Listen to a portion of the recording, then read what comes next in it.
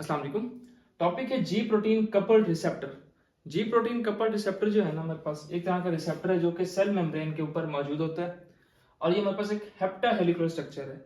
यानी कि इसका अगर आप स्ट्रक्चर देखें वो हेलिकल है और ये जो हेलिकल ही 7 दफा हमारे पास है और सेल मेम्ब्रेन पे ये मौजूद है।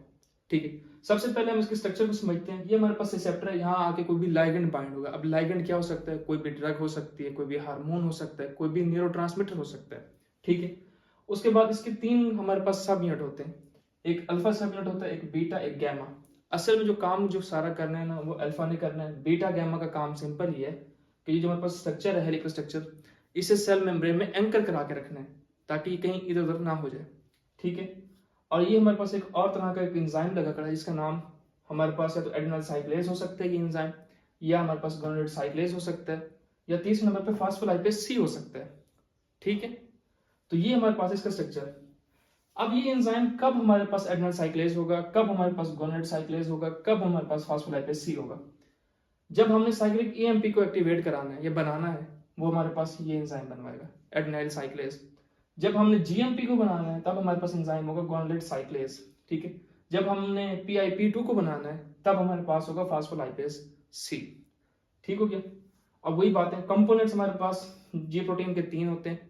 ठीक है, हम रिलेटेड टू इसके देखेंगे, एक एडेनाइल साइक्लेज और फास्फोलाइपेज सी के रिलेटेड। अब जी आई है, आई से याद रखना, इसलिए किसी एंजाइम को एक्टिवेट या इनहिबिट करना, इनके जी कंपोनेंट्स हैं। जो आई है ना, आई से याद रखिए इनहिबिट, इसने इनहिबिट करना है एडेनाइल साइक्लेज को।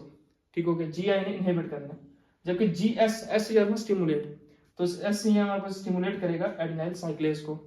और तीसरे जी क्यू, इसने हमारे पास क्या करना है? स्टिमुलेट करना है फास्फोलाइपेज सी को। तो ये हमारे पास 3 इसके कंपोनेंट है, जी आई, जी एस, जी क्यू। उसके बाद इसके 3 सब यूनिट्स हैं, एक हमारे पास अल्फा सब यूनिट है, एक बीटा, एक गैमा। अल्फा असल में सारा काम अल्फा ने करना है। जो बीटा गैमा है ना, वो हमारे पास उनका काम सिंपल ही है, जो जी प्रोटीन हेलिकल स्ट्रक्चर है उसे सेल मेम्ब्रेन के अंदर एंकरिंग करा के रखना है इनके, वो कहीं इधर उधर ना हो जाए। हमने जी प्रोटीन की जितना भी बेसिक था वो देख लिया। अब हम आते हैं सबसे पहले उस एंजाइम की तरफ जो हमारे पास साइक्लिक एएमपी को एक्टिवेट करेगा। ठीक है, अभी साइक्लिक एएमपी, साइक्लिक जीएमपी, पीआईपी2 ये है क्या, ये आपको अभी पता लग जाएगा।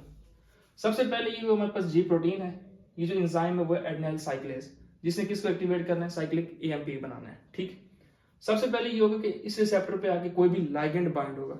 अब लाइगेंड क्या, मैंने आपको बताया कि कोई भी ड्रग हो सकती है, कोई भी न्यूरोट्रांसमीटर हो सकता है, कोई भी हार्मोन हो सकता है, वो आके यहाँ पे बाइंड होगा। यहाँ पे बाइंड होने के बाद सिंपल ये होना है कि हमारे पास इसने जो अल्फा बीटा गैमा लगा होता है ये अलग हो जाएंगे, अल्फा अलग हो जाएगा, बीटा गैमा अलग हो जाएंगे। मैंने आपको अभी बताया कि असल काम सारा अल्फा का है, बीटा गैमा का काम सिर्फ एंकरिंग कराना है। ठीक है, तो अल्फा अलग हो जाएगा। अब याद रखिएगा अल्फा के साथ हमारे पास एक हमारे पास न्यूक्लियोटाइड अटैच है जिसे हम कहते हैं जीडीपी। ठीक है, वो अटैच है। तो जैसे ही कोई लाइगेंड बाइंड होगा तो अल्फा अलग हो जाएगा, अल्फा के साथ जो जीडीपी था वो कन्वर्ट हो जाएगा जीटीपी में। ठीक है, अब जो जीटीपी है ना और अल्फा है, ये चला जाएगा हमारे पास एडेनाइल साइक्लेज को एक्टिवेट करने। तो ये आ जाएंगे एडेनाइल साइक्लेज को एक्टिवेट करेंगे। अब जब ये एंजाइम एक्टिवेट हो गया, इसका काम सिंपल ही है, एटीपी को इसने कन्वर्ट कर देना है साइक्लिक एएमपी में। तो हमने साइक्लिक एएमपी, हमने कहा था कि एडेनाइल साइक्लेज साइक्लिक एएमपी बनाते हैं, तो यहाँ पे साइक्लिक एएमपी बन गया। ठीक है, अब जो साइक्लिक एएमपी है इसने एक्टिवेट कराना है प्रोटीन काइनेज को। प्रोटीन काइनेज का एक ही काम है, इसने फास्फोराइलेशन करनी है। जब ये फास्फोराइलेट करेगा, ये किसी इंसान को एक्टिवेट कर देगा, किसी इंसान को इनहिबिट कर देगा। इस तरह ये सारा का सारा हमारे पास काम चलता है। अब हुआ ये कि लाइगेंड रिसेप्टर पे बाइंड हुआ, जिसकी वजह से ये हो गया अल्फा सब यूनिट अलग हो गया, बीटा गैमा अलग हो गए। उसके बाद सिंपल ये था, जो जीडी पे अटैच था अल्फा के साथ वो कन्वर्ट हो गया जीटीपी में। उसके बाद ये अल्फा सब यूनिट चला गया एडेनाइल साइक्लेज को एक्टिवेट किया। जब एडेनाइल साइक्लेज को एक्टिवेट किया तो हमारे पास उसने सिंपल ये कि एटीपी को कन्वर्ट कर दिया साइक्लिक एएमपी में। साइक्लिक एएमपी ने फिर आगे से हमारे पास एक्टिवेट कर दिया प्रोटीन काइनेज को, प्रोटीन काइनेज ने फास्फोराइलेशन कर दिया। इस तरह ये सारा काम चलता है। अब हम चाहते हैं साइक्लिक एएमपी को इनएक्टिवेट करें, तो सिंपल एक एंजाइम लगाएंगे फास्फोडाइएस्ट्रेज, वो क्या करेगा? साइक्लिक एएमपी को कन्वर्ट कर देगा 5 प्राइम एएमपी में। इस तरह साइक्लिक एएमपी कम हो जाएगा।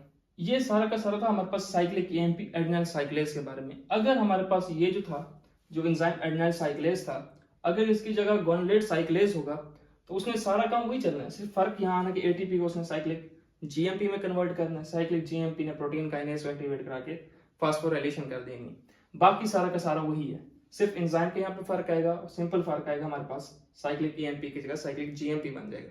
ठीक हो गया, तो ये था साइक्लिक एएमपी जो कि बनाया था एडेनाइल साइक्लेज ने। साइक्लिक जीएमपी ने बनाया था ग्वानिलेट साइक्लेज ने। अब एमसीक्यूज के लिए इंपॉर्टेंट टॉपिक आ रहा है कि वो कौन से हार्मोन है जो साइक्लिक एएमपी के थ्रू एक्ट करते हैं, इनके वो कौन से हार्मोन है जो यहाँ आके बाइंड होगी, इस तरह सारा का सारा हमारे पास प्रोसेस चलाएंगे। वो हमारे पास हो सकते हैं एंटी डायबिटिक हार्मोन है, एक कैल्सिटोनिन है, एक ग्लूकागोन है, उसके बाद पैराथायराइड हार्मोन, एड्रीनोकॉर्टिकोट्रोपिक हार्मोन्स हो गए, उसके बाद बीटा रिसेप्टर्स और अल्फा रिसेप्टर्स, ये सारे के सारे जो है अल्फा 2 रिसेप्टर्स, ये सारे एक्ट करते हैं हमारे पास साइक्लिक एएमपी के थ्रू। आखिरी बात ये है कि अब जिस साइक्लिक एएमपी, साइक्लिक जीएमपी और पीआईपी2 जो है, पीआईपी2 को हम अगली वीडियो में देखेंगे, ये सारे के सारे सेकंड मैसेंजर्स हैं। सेकंड मैसेंजर किस तरह से हैं? जब रिसेप्टर पे आके लाइगेंड बाइंड हुआ तो ये फर्स्ट मैसेंजर था, जब उसने हमारे पास साइक्लिक एएमपी, साइक्लिक जीएमपी बना दिया, ये हमारे पास सेकंड मैसेंजर्स थे। ठीक है।